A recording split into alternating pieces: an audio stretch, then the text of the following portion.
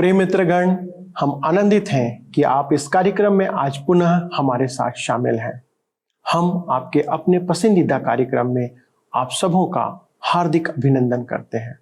सर्वशक्तिमान परमेश्वर आपसे प्रेम करते हैं और उन्होंने आपको जीवन प्रदान किया है।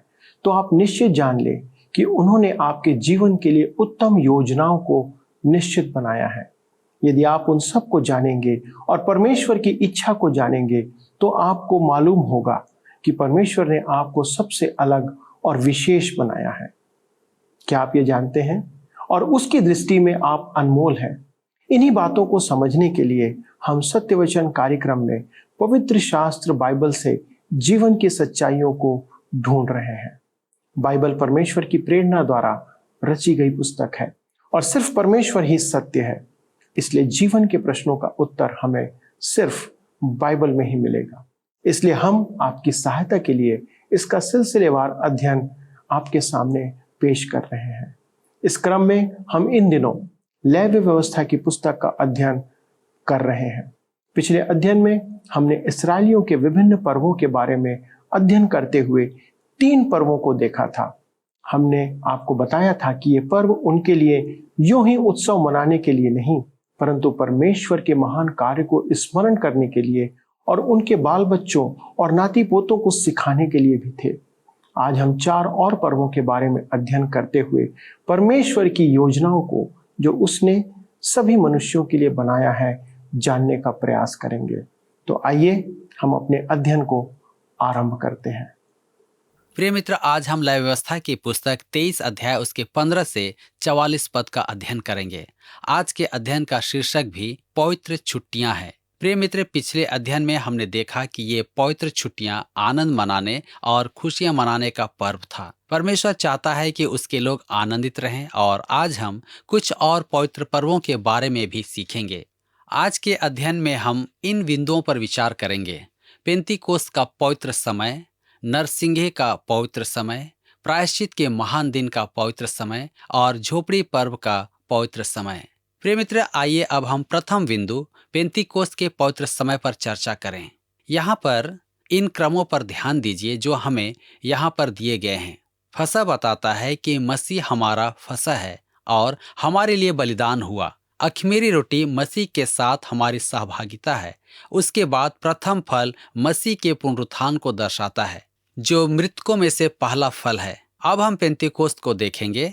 लेवी व्यवस्था की पुस्तक 23 अध्याय उसके 15 और 16 पद में इस प्रकार से लिखा हुआ है: फिर उस विश्राम दिन के दूसरे दिन से, अर्थात जिस दिन तुम हिलाई जाने वाली भेंट के पूले को लाओगे, उस दिन से पूरे 7 विश्राम दिन गिन लेना। 7वें विश्राम दिन के दूसरे दिन तक 50 दिन गिनना और 50वें दिन यहोवा के लिए नया अन्न बलि चढ़ाना। पेंतीकोस्त के संबंध में हमें कई चीजों को देखने की जरूरत है, क्योंकि आज लोग इसका कई अर्थ निकालते हैं जो बिल्कुल शास्त्र सम्मत नहीं है। पेंतीकोस्त का पर्व हमेशा सप्ताह के पहला दिन पड़ता था। वे 7 विश्राम दिन को गिनते थे, जो 7 सप्ताह या 49वां दिन होता है। 7वां विश्राम दिन के बाद सप्ताह का पहला दिन पेंतीकोस्त था। प्रिय मित्र, कलीसिया सप्ताह के पहले दिन जन्मा था। यह सप्ताह का पहला दिन था जब हमारा प्रभु यीशु जी उठा। क्या यह हमें कुछ नहीं बताता है? क्या कलीसिया का पुराना विश्राम दिन मानना अजीब बात नहीं होगा, जो पुरानी सृष्टि की है, जबकि कलीसिया नई सृष्टि की है? जब कलीसिया सप्ताह के पहले दिन मिलता है और कलीसिया के जन्मदिन का उत्सव मनाते हैं, तो इस पर्व को सप्ताह का पर्व भी कहा जाता है। पेंतीकोस्त का प्रतीकात्मक अर्थ लगाने के लिए मनुष्य को अनुमान की छूट नहीं दिया गया है। प्रेरितों के काम 2 अध्याय उसके 1 और 4 पद में लिखा है: जब पेंतीकोस्त का दिन आया तो वे सब एक जगह इकट्ठे थे और वे सब पवित्र आत्मा से भर गए, और जिस प्रकार आत्मा ने उन्हें बोलने की सामर्थ दी, वे अन्य भाषा बोलने लगे। जब पेंतीकोस्त का दिन आया का अर्थ दोपहर 12 बजे या शाम 6 बजे नहीं था। जब पेंतीकोस्त का दिन आया का अर्थ है उसका पूरा होना, जो लेवी व्यवस्था में दिया गया है। यह विश्वासियों को प्रभु यीशु में बपतिस्मा देने के लिए पवित्र आत्मा का आना और कलीसिया का बाहर बुलाने की शुरुआत है। पेंतीकोस्त कलीसिया का जन्म दिवस है। प्रिय मित्र, यीशु मसीह के पुनरुत्थान के 50वें दिन बाद पवित्र आत्मा आया। परमेश्वर अपने कैलेंडर के अनुसार चल रहा था और वह समय पर काम कर रहा था। इसराइलियों को अन्न बलि चढ़ाना था, वह कलीसिया का प्रतीक था और कलीसिया एक नई चीज है। प्रभु यीशु ने यह नहीं कहा कि वह हमें पुराना कपड़ा देगा और हम उसमें पायबंद लगाएं। वह धार्मिकता का बिल्कुल नया कपड़ा लाने को आया। मसीह में होने का अर्थ है उसकी धार्मिकता को पहनना, और परमेश्वर हमें इसी तरह से देखता है। प्रिय मित्र, हमें समय क्रम को देखने की जरूरत है। यीशु मसीह के जी उठने के बाद वह 40 दिन तक अपने आप को जीवित दिखाता रहा। तब ठीक स्वर्ग उठाए जाने के पहले उसने अपने शिष्यों से कहा कि वे यरूशलेम को न छोड़ें, परंतु पिता की प्रतिज्ञा का इंतजार करें। लूका रचित सुसमाचार 24 अध्याय उसके 49वें पद में उसने उनसे कहा कि वे स्वर्ग से पवित्र आत्मा की सामर्थ से भरे जाएंगे। प्रेरितों के काम 1 अध्याय उसके 5 पद में लिखा है, परंतु थोड़े दिनों के बाद तुम पवित्र आत्मा से बपतिस्मा पाओगे। अब हम लय व्यवस्था की पुस्तक 23 अध्याय उसके 17 पद में आगे पढ़ते हैं। लिखा हुआ है, तुम अपने घरों में से एपा के 2/10 अंश मैदे की 2 रोटियां हिलाने की भेंट के लिए ले आना। वे खमीर के साथ पकाई जाएं और यहोवा के लिए पहली उपज ठहरें। प्रिय मित्र, क्या आपने इस पद में कोई भौचक्के करने वाली बातों को देखा है? हमने पहले कहा है कि खमीर शैतान का सिद्धांत है और इसे बलिदान के साथ शामिल नहीं होना था, लेकिन यहाँ उसका एक अपवाद है। यह कलीसिया का प्रतीकात्मक है और यह एक नया चढ़ावा, वह अन्न बलि है जिसमें खमीर शामिल है। इसका अर्थ क्या है? इसका अर्थ यह है कि कलीसिया में बुराई है। यह उन लोगों के लिए बिल्कुल सच है जो साधारणतः इसको देखते हैं। प्रिय मित्र, मैं कई वर्षों से एक प्रचारक का काम कर रहा हूँ और मैंने देश के कई राज्यों में सेवा किया है। बहुत अच्छे अच्छे कलीसियाओं में सेवा की और बड़े आनंद के साथ उन्हें याद भी करता हूँ। मेरी इन कलीसिया के सदस्यों के साथ अच्छी संगति थी। उन्होंने मुझे बहुत प्यार दिया और मैंने भी उन्हें प्यार दिया। हम लोग एक दूसरे से बहुत नजदीक थे। फिर भी मैं साक्षी दे सकता हूँ कि कलीसिया में बुराई है, इसलिए खमीर इस चढ़ावे में शामिल किया गया है। यह इस धरती की कलीसिया के विषय में कहता है, जैसे मैं और आप देखते और जानते हैं, इसमें बुराई है। कलीसिया के अस्तित्व में आने से पहले ही प्रभु यीशु मसीह इसे जानता था। लय व्यवस्था 23 उसके 18 से 20 पद में हम आगे पढ़ते हैं, जहां पर लिखा हुआ है, और उस रोटी के संग 1-1 वर्ष के 7 निर्दोष भेड़ के बच्चे और 1 बछड़ा और 2 मेढ़े चढ़ाना। वे अपने अपने साथ के अन्न बलि और अर्घ समेत यहोवा के लिए होम बलि के समान चढ़ाए जाएं, अर्थात वे यहोवा के लिए सुखदायक सुगंध देने वाला हव्य ठहरें। फिर पाप बलि के लिए 1 बकरा और मेल बलि के लिए 1-1 वर्ष के 2 भेड़ के बच्चे चढ़ाना। तब याजक उनको पहली उपज की रोटी समेत यहोवा के सामने हिलाने की भेंट के लिए हिलाए और इन रोटियों के संग वे 2 भेड़ के बच्चे भी हिलाए जाएं। वे यहोवा के लिए पवित्र और याजक का भाग ठहरें। प्रिय मित्र, सभी चढ़ावा या बलिदान इसी समय चढ़ाना था। यह सब कुछ मसीह है और उसने जो कुछ भी किया है सब कलीसिया के लिए है। विश्वासी प्रतिदिन उसे सहायता ले सकता है। सबसे पहले आप उसके पास उद्धार के लिए आ सकते हैं। आप सहायता, दया, सांत्वना और विश्राम के लिए उसके पास आ सकते हैं। जीवन के सभी परिस्थितियों में आप उसके पास आ सकते हैं। सभी बलिदान इसी समय चढ़ाया जाना था। प्रिय मित्र, क्या यह रुचिदायक बात नहीं है कि इस दृश्य में परमेश्वर आपको और मुझको किस प्रकार कुछ महान सच्चाइयों को दे रहे हैं। वह अरुचिकर दैवीय सिद्धांत के स्थान पर तस्वीरों को इस्तेमाल करते हैं। हम लय व्यवस्था 23 उसके 21 पद में पढ़ते हैं, लिखा हुआ है, और तुम उसी दिन यह प्रचार करना कि आज हमारी एक पवित्र सभा होगी और परिश्रम का कोई काम न करना। यह तुम्हारे सारे घरानों में तुम्हारी पीढ़ी पीढ़ी में सदा की विधि ठहरे। प्रिय मित्र, उस दिन उन्हें विश्राम करना था और सारे कामों को बंद करना था। हमें भी यही करना है जब हम मसीह के पास आते हैं। जैसे तीतुस 3 उसके 5 पद में लिखा है, और यह धर्म के कामों के कारण नहीं जो हमने आप किए, पर अपनी दया के अनुसार नए जन्म के स्नान और पवित्र आत्मा के हमें नया बनाने के द्वारा है। हम लय व्यवस्था 23 के 22 पद में आगे पढ़ते हैं, जब तुम अपने देश में के खेत काटो, तब अपने खेत के कोनों को पूरी रीति से न काटना और खेत में गिरी हुई बालों को न इकट्ठा करना, उसे दीनहीन और परदेशी के लिए छोड़ देना। मैं तुम्हारा परमेश्वर यहोवा हूँ। मित्र, देश के अनुसार पवित्र दिन को अनुकूल बनाया गया है। उत्सव मनाने के बीच उन्हें गरीबों और अजनबियों को स्मरण रखना था।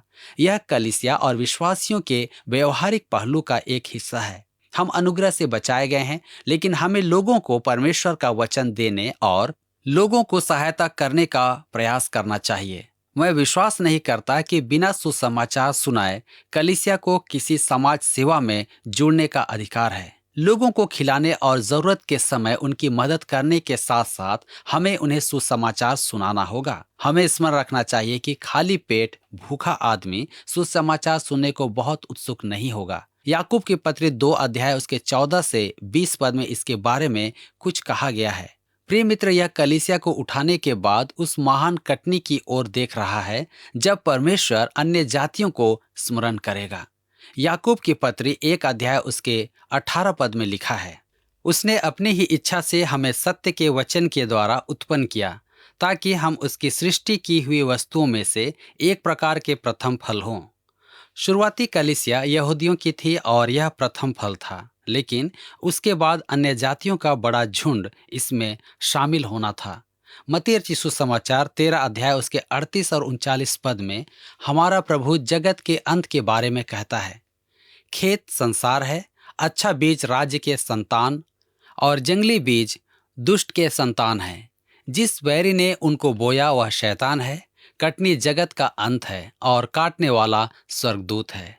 यह जगत के अंत का न्याय है और स्वर्गदूतों को कलीसिया के उठाए जाने से कोई संबंध नहीं है। यहाँ विचार जगत में आने वाले न्याय के विषय में है। जैसे यशायाह नबी की पुस्तक 42 अध्याय उसके 1 पद में लिखा है, मेरे दास को देखो जिसे मैं संभाले हूँ, मेरे चुने हुए को जिससे मेरा जी प्रसन्न है। मैंने उस पर अपना आत्मा रखा है, वह अन्य जातियों के लिए न्याय प्रकट करेगा। प्रिय मित्र, आइए अब हम दूसरे विषय नरसिंगे का पवित्र समय पर विचार करें। लय व्यवस्था की पुस्तक 23 अध्याय उसके 23 से 25 पद में लिखा हुआ है, फिर यहोवा ने मूसा से कहा, इस्राएलियों से कह कि 7वें महीने के पहले दिन को तुम्हारे लिए परम विश्राम हो। उसमें स्मरण दिलाने के लिए नरसिंगे फूंके जाएं और एक पवित्र सभा इकट्ठी हो। उस दिन तुम परिश्रम का कोई काम न करना और यहोवा के लिए एक हव्य चढ़ाना। प्रिय मित्र, यहाँ तिथि महत्वपूर्ण है और 7वां महीना में 3 पर्व होता है। यह एक प्रकार का विश्राम महीना है, जिस प्रकार विश्राम दिन और विश्राम वर्ष है। यह सभ्य वर्ष की शुरुआत की पहचान है, जैसे फसह धार्मिक वर्ष की शुरुआत की पहचान है। गिनती की पुस्तक 10 अध्याय के अनुसार चांदी के 2 नरसिंगे फूंकने का इस्तेमाल जंगल में इस्राएलियों को आगे बढ़ने के लिए किया जाता था। उनको आगे बढ़ाने के लिए नरसिंगे को 7 बार फूंका जाता था। प्रकाशित वाक्य की पुस्तक में 7 नरसिंगे हैं, जो महान पीड़ा के समय का है। और जब इस्राएलियों को उनके देश में वापस कर दिया जाएगा, जैसे यशायाह नबी की पुस्तक 27 अध्याय उसके 13 पद में लिखा है, उस समय बड़ा नरसिंगा फूंका जाएगा और जो असूर देश में नाश हो रहे थे और जो मिस्र देश में बरबस बसाए हुए थे, वे यरूशलेम में आकर पवित्र पर्वत पर यहोवा को दंडवत करेंगे। उसी प्रकार मत्ती रचित सुसमाचार 24 अध्याय उसके 31 पद में लिखा है, और तुरही के बड़े शब्द के साथ अपने दूतों को भेजेगा और वे आकाश के इस छोर से उस छोर तक चारों दिशा से उसके चुने हुए लोगों को इकट्ठा करेंगे। इस्राएलियों की पुनः स्थापना के पहले कलीसिया जगत छोड़ चुकी होगी। इस्राएल प्रभु के वाणी को नरसिंगे के समान सुनेंगे, जैसे भजन संहिता 89 के 15 में लिखा है, क्या ही धन्य है वह समाज जो आनंद के ललकार को पहचानता है। हे यहोवा, वे लोग तेरे मुख के प्रकाश में चलते हैं। नरसिंगे को आने वाले न्याय के साथ जोड़ा गया है। आइए अब हम तीसरे बिंदु प्रायश्चित के महान दिन का पवित्र समय पर विचार करें। लय व्यवस्था की पुस्तक 23 अध्याय उसके 26 से 32 पद में हम पढ़ते हैं, जहां पर लिखा हुआ है, फिर यहोवा ने मूसा से कहा, उसी 7वें महीने का 10वां दिन प्रायश्चित का दिन माना जाए। वह तुम्हारी पवित्र सभा का दिन होगा और उसमें तुम अपने अपने जीव को दुख देना और यहोवा का हव्य चढ़ाना। उस दिन तुम किसी प्रकार का कामकाज न करना, क्योंकि वह प्रायश्चित का दिन नियुक्त किया गया है, जिसमें तुम्हारे परमेश्वर यहोवा के सामने तुम्हारे लिए प्रायश्चित किया जाएगा। इसलिए जो प्राणी उस दिन दुख न सहे, वह अपने लोगों में से नाश किया जाएगा। और जो प्राणी उस दिन किसी प्रकार का कामकाज करे, उस प्राणी को मैं उसके लोगों के बीच में से नाश कर डालूंगा। तुम किसी प्रकार का कामकाज न करना, यह तुम्हारी पीढ़ी पीढ़ी में तुम्हारे घरानों में सदा की विधि ठहरे। वह दिन तुम्हारे लिए परम विश्राम का हो। उसमें तुम अपने अपने जीव को दुख देना और उस महीने के 9वें दिन की सांझ से लेकर दूसरी सांझ तक अपना विश्राम दिन माना करना। लय व्यवस्था की पुस्तक 16 अध्याय में प्रायश्चित के महान दिन का संपूर्ण विचार बताया गया है। यहाँ 3 बार कहा गया है अपने अपने जीव को दुख देना। यह दूसरे पर्वों के दिन की तुलना में एक गंभीर दिन था जो सबसे अलग था। इसके विपरीत यह ध्यान देना रुचिदायक होगा कि हर एक 50 वर्ष में प्रायश्चित के दिन जुबली का नरसिंगा फूका जाता था। और लय व्यवस्था की पुस्तक उसके 25 अध्याय और उसके 8 और 9 पद के अनुसार यह आनंद और उत्सव का चिन्ह था। जब आपके और मेरे पापों का दाम चुकाया गया तो हमारे लिए अब छुटकारा है। यही जुबली वर्ष है। यह कितना महिमापूर्ण वर्ष रहा होगा।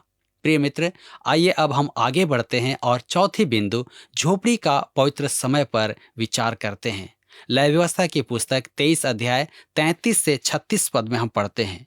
फिर यहोवा ने मूसा से कहा, इस्राएलियों से कह कि उसी 7वें महीने के 15वें दिन से 7 दिन तक यहोवा के लिए झोपड़ियों का पर्व रहा करे। पहले दिन पवित्र सभा हो, उसमें परिश्रम का कोई काम ना करना।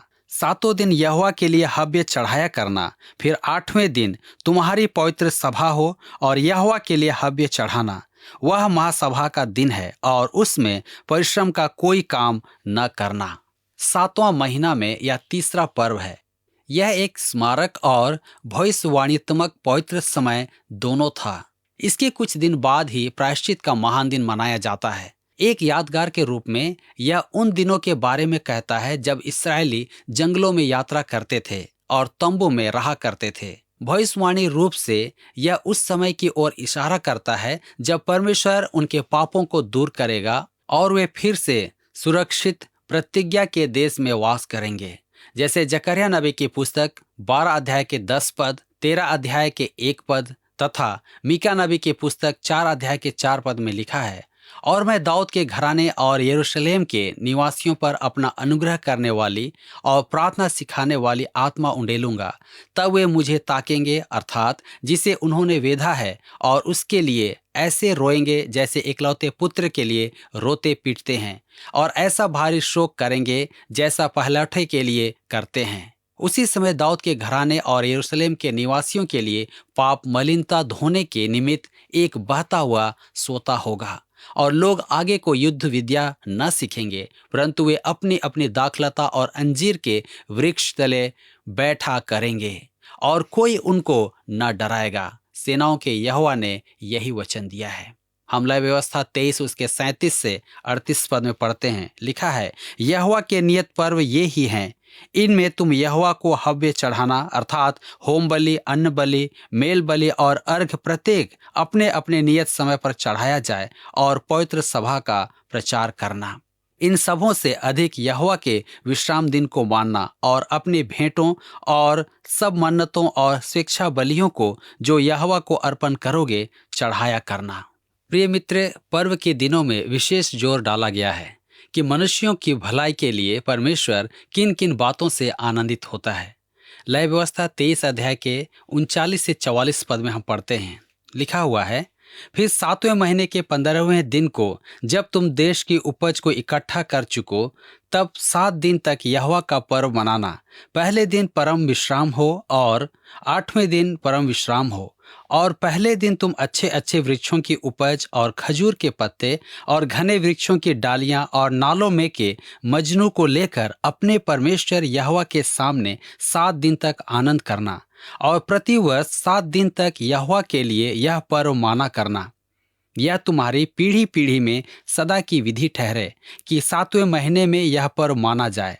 7 दिन तक तुम झोपड़ियों में रहा करना, अर्थात जितने जन्म के इस्राएली हैं वे सब के सब झोपड़ियों में रहें, इसलिए कि तुम्हारी पीढ़ी पीढ़ी के लोग जान रखें कि जब यहोवा हम इस्राएलियों को मिस्र देश से निकाल कर ला रहा था, तब उसने उनको झोपड़ियों में टिकाया था।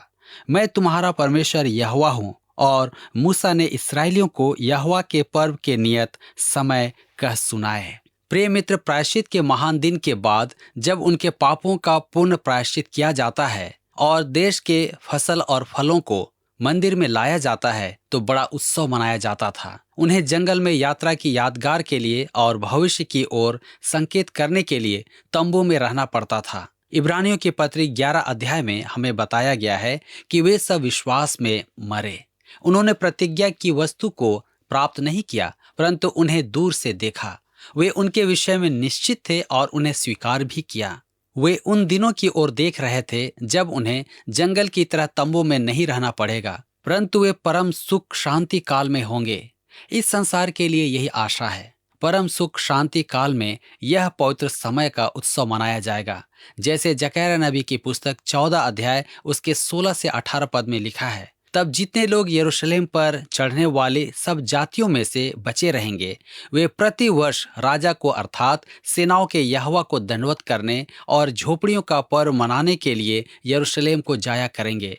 और पृथ्वी के कुलों में से जो लोग यरूशलेम में राजा अर्थात सेनाओं के यहोवा को दंडवत करने के लिए न जाएंगे, उनके यहाँ वर्षा न होगी। और यदि मिस्र का कुल वहां न आए, तो क्या उन पर वह मरी न पड़ेगी, जिससे यहोवा उन जातियों को मारेगा जो झोपड़ियों का पर्व मानने के लिए न जाएंगे। मित्र, जकर्याह पुस्तक का संपूर्ण 14 अध्याय पढ़ने में आपको बहुत रुचिकर लगेगा।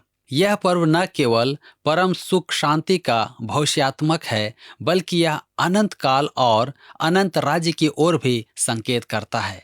जैसे प्रकाशित वाक्य की पुस्तक उसके 21 अध्याय के 3 पद में लिखा है, फिर मैंने सिंहासन में से किसी को ऊंचे शब्द से यह कहते हुए सुना कि देख, परमेश्वर का डेरा मनुष्यों के बीच में है। वह उनके साथ डेरा करेगा और वे उसके लोग होंगे, और परमेश्वर आप उनके साथ रहेगा और उनका परमेश्वर होगा। मित्र, यह झोपड़ी का पर्व का परिपूर्णता है। 7वां महीना में 7 दिन तक उन्हें उत्सव मनाना था। यह इस संसार के परमेश्वर के लोगों का अंतिम और उत्सव मनाने के विषय कहता है। उसके स्वर्ग के लोग उसके साथ नई यरूशलेम में होंगे। प्रिय मित्र, हमारे आगे एक बहुत अच्छा भविष्य है। यह कितनी सुखद बात है, जहां चारों ओर भय, अशांति और निराशा में लोग जीवन व्यतीत कर रहे हैं।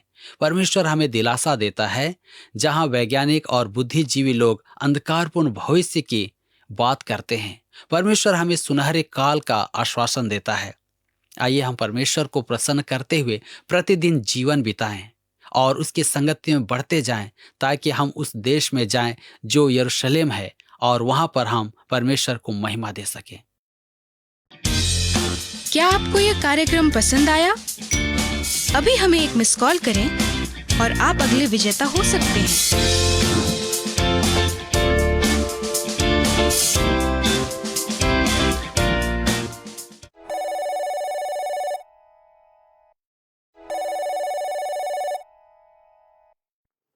प्रिय मित्रों, वह दिन क्या ही अनोखा दिन होगा जब हम और आप अनंत मिरास में परमेश्वर के साथ प्रवेश करेंगे और उस अनंत राज्य में परमेश्वर का डेरा मनुष्यों के बीच में होगा। ये कितना सुखद अनुभव होगा। हम चाहेंगे कि हर एक दर्शक जो आज हमारे इस कार्यक्रम में शामिल है, परमेश्वर के इस महान योजना का हिस्सा बने।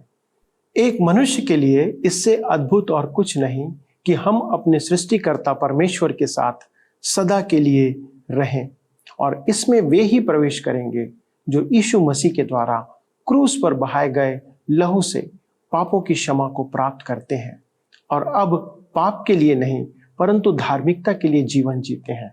यदि आपने इस कार्य को अब तक नहीं किया है, तो आज ही प्रभु यीशु से अपने पापों के लिए क्षमा मांगे। वह आपको क्षमा प्रदान करेंगे, चाहे आपके पाप आपकी दृष्टि में कितने ही बड़े क्यों ना हो। तब आप एक महान भविष्य को देखने पाएंगे जो सिर्फ आपके लिए बनाया गया है। उसके बाद ना मृत्यु रहेगी और न शोक, न विलाप, न पीड़ा। वचन कहता है, देखो पुरानी बातें बीती गई, देखो सारी बातें बीत गई, देखो सब कुछ नया हो गया। हमारी कामना है कि आप सब भी इस अनंत जीवन का, इस आशीषित जीवन का हिस्सा बने। यदि आप चाहते हैं कि आप इस अनंत जीवन का हिस्सा बने, तो आइए हम आपके लिए प्रार्थना करें। हमारे स्वर्गीय पिता, हमारे प्रिय दर्शकों के लिए प्रार्थना करते हैं जिन्होंने एक समर्पण इस समय किया है कि वे आपके उस अनंत जीवन का हिस्सा बनना चाहते हैं, जिन्होंने पापों की क्षमा प्राप्त किया है और सदा काल के लिए परमेश्वर के साथ निवास करना चाहते हैं।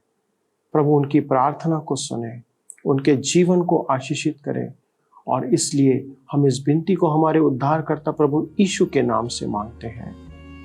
आमीन।